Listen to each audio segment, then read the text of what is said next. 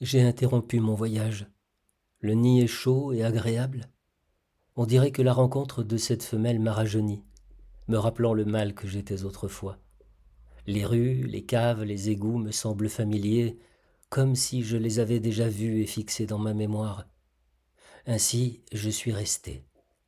Le froid pénétrant, la neige épaisse, le vent qui s'engouffre partout ne facilitent pas les sorties. Je préfère me cantonner dans les égouts et leur environnement immédiat. Une génération de petits rats se développe. Quelques-uns, parmi les plus curieux, ne sont pas rentrés de leur première expédition. Toi, tu restes tapi sur la dalle de béton tiède qui te chauffe le ventre et les pattes. Mais tu es de moins en moins tranquille. Tu crains le jeune mâle qui grandit. Récemment, il s'est jeté sur toi et t'a sauvagement mordu l'oreille. Il était en train de couvrir ta femelle, sa mère, et tu voulais l'en empêcher. L'incident a réveillé en toi un fort sentiment de propriété alors que tu as cessé d'être un jeune rat. Il s'est rué sur toi, t'a renversé, malmené. Ton oreille est enflée, douloureuse. Tu es assis, la tête penchée sur le côté, et tu observes les attentions galantes du jeune mâle envers ta femelle.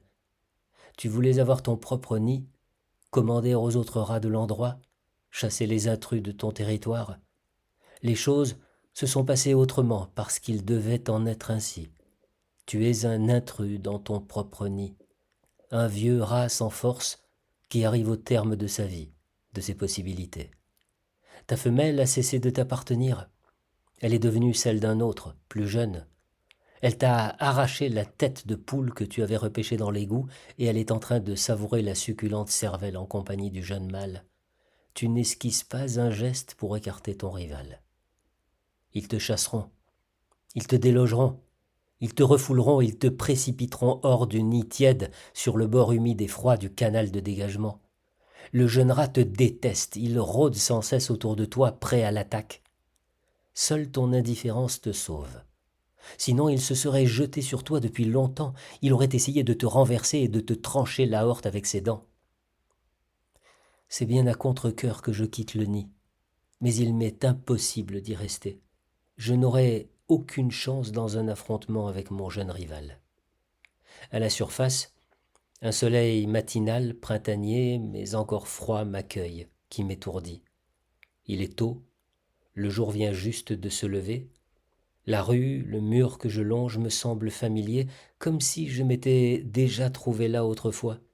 Même le caniveau avec sa bordure de pierre, même les grilles qui ferment les bouches d'égout ne me sont pas inconnues. Mais où as-tu bien pu voir tout cela? Je ne m'en souviens pas. Par un interstice assez large entre le pavé et le bas d'une porte métallique, tu pénètres dans une cour. Au centre, une pompe en fonte. Des bâtiments entourant la cour émanent une senteur de farine, de graisse et de pain chaud. Il y a une boulangerie ici. Et par l'autre toit, en face, on peut accéder aux réserves du magasin rempli de provisions.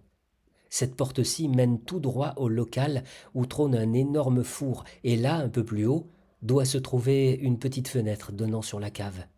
Elle est à présent cachée par un tas de tuyaux de fer. Derrière le tas, tu découvres que la fenêtre est condamnée, hermétiquement bouchée avec des planches. Impossible d'entrer par là. Cette fois, tu es presque sûr, c'est bien ici, c'est bien cette boulangerie, cette maison, cette cave. Ainsi, j'ai logé pendant tout l'hiver à 2 pas de l'endroit où je voulais depuis si longtemps revenir. Si j'étais remonté plus tôt à la surface, si tu t'étais aventuré plus tôt dans les alentours, les poubelles sont différentes du souvenir que j'en ai gardé, et le local où elles se trouvent a été entouré de murets de briques. Précautionneusement, je flaire tous ces éléments nouveaux. Depuis le toit de l'appentis, j'essaie de pénétrer à l'intérieur du magasin par le ventilateur. Mais son orifice est obturé par un grillage fixé dans le mur. Je décide alors de grimper le long de la gouttière jusqu'au toit pour de là rejoindre les caves. Je progresse dans l'étroit tunnel où filtre la lumière du jour, profitant de toutes les aspérités de la tôle. Ça y est, j'ai réussi. Me voilà au grenier. Je m'engage dans l'escalier. Tout a changé ici. C'est clair, lumineux. On sent la peinture fraîche. Je saute rapidement de marche en marche, prêtant l'oreille aux bruits sourds qui me parviennent. La maison rénovée, restaurée, ne présente plus de fissures ni de trous. Et si les hommes te voyaient dans l'escalier? Un énorme rat vieux et pelé, avec une longue queue glabre et des narines palpitantes sous lesquelles saillent des dents pointues. La porte de la cave est entr'ouverte. L'odeur forte de la peinture agresse tes narines. Dans le couloir, tu retrouves le sol dur et familier. Les tuyaux des canalisations ont été enduits d'une couche de plâtre et de peinture, si bien que l'espace qui les séparait du mur n'existe plus. Dans la cave, tu t'arrêteras près du mur, à côté de la bouche d'incendie. Aucune trace. La paroi recouverte de peinture à l'huile brille dans la pénombre. Le trou était-il ici ou bien là? Peut-être que tu viens de passer devant, en courant d'un coin à l'autre, à moins qu'il ne se trouve un peu plus loin. Mais est-ce vraiment cette cave? Où est passé le charbon? La bouche d'incendie gargouille toujours comme avant, à travers la trappe installée là-haut filtre quelques rayons et une faible lumière pénètre par la fenêtre grillagée. As-tu vraiment retrouvé ta ville, celle où était installé ton premier nid, ta première demeure? Je fais le tour de la cave à plusieurs reprises. Un nouveau couvercle de tôle recouvre le point d'eau. Impossible d'y pénétrer. Les briques détériorées ont été remplacées et une baguette de fer renforce les bords. Peut-être repéreras-tu dans la cave voisine de vieux objets qui te seront familiers? Tu reconnais tout de suite les étagères en bois le long du mur. Dessus sont posés des pots et des bocaux de toutes tailles remplis de choses appétissantes. Au milieu trône le squelette en bois du fauteuil. Flaire-le, examine-le soigneusement, tu vas y trouver les traces de dents laissées par la femelle qui avait fait son nid là. Mais oui, il y a des traces, je les vois.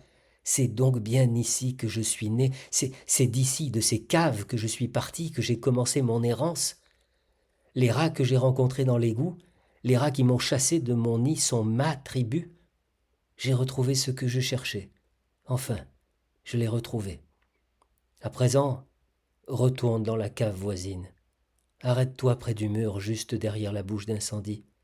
Prête l'oreille, écoute les voix, les murmures, guette chaque bruissement, chaque écho. Tu es venu ici pour écouter et pour regarder, pour reconnaître. Tu es venu en croyant à l'impossible. Oui, tu as cru à l'impossible. Tu étais sûr que tu entendrais les grincements de dents, les cognements sourds de la femelle s'efforçant en vain d'ouvrir une brèche dans le mur.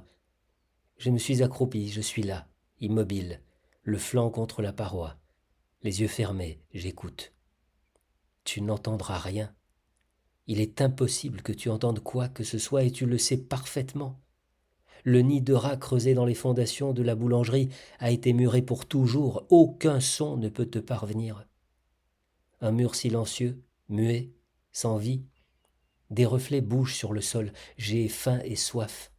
L'odeur de pain frais tout juste sorti du four, qui vient de la boulangerie, accroît cette sensation. Tu te diriges vers les anciens passages, les lézardes, les couloirs familiers. Ils n'existent plus. Il n'y a même plus de traces. Tout a été cimenté, aplani, repeint. Aux fenêtres, on a fixé des grillages qui adhèrent hermétiquement aux embrasures. Seule la porte de la cave est restée en état, et tu peux bien qu'avec difficulté te faufiler dessous. Pour sortir, tu n'as pas d'autre solution que d'emprunter le chemin par lequel tu es venu, le plus dangereux. Les effluves de pain frais augmentent la faim qui me taraude, ces brûlures dans mon œsophage et mon estomac. Je grimpe l'escalier. Un bruit de pas qui se rapproche. Du petit couloir à côté du palier me parvient le glou-glou de l'eau. D'un bond j'y suis. Peut-être réussirai-je à sortir par les tuyaux des canalisations et à rejoindre ainsi directement les égouts. Une pièce éclairée, un cri. L'homme assis dans la baignoire hurle, il avertit les autres de mon irruption, il lance sur moi sa brosse et son savon, il m'éclabousse. Un autre qui vient de surgir sur le seuil essaie de m'attraper à l'instant où je file entre ses jambes. Je détale dans l'appartement, l'homme à mes trousses. Tu t'es caché derrière le divan. L'homme écarte les meubles, il t'a repéré. Son bâton te manque de peu. Je me rue sur le balcon, ce même balcon où autrefois un chat se chauffait au soleil en observant la cour. L'homme te suit. Tu essaies de descendre le long du mur, tu n'y arrives pas, tu sautes.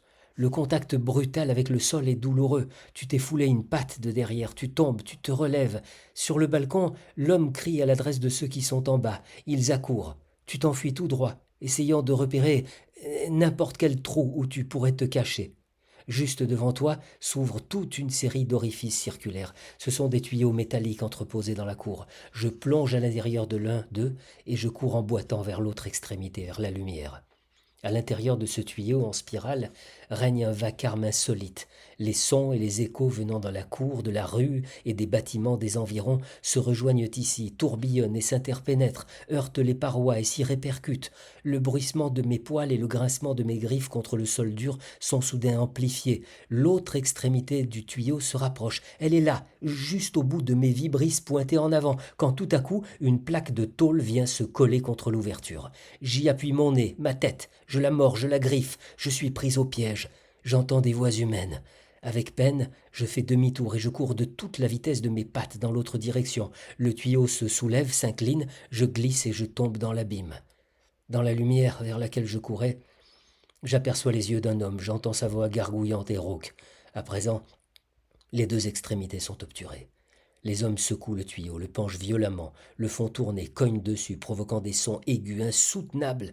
Terrifié, j'écarte les pattes pour essayer de garder mon équilibre, mais avec ces inclinaisons subites et ces mouvements de rotation, c'est impossible.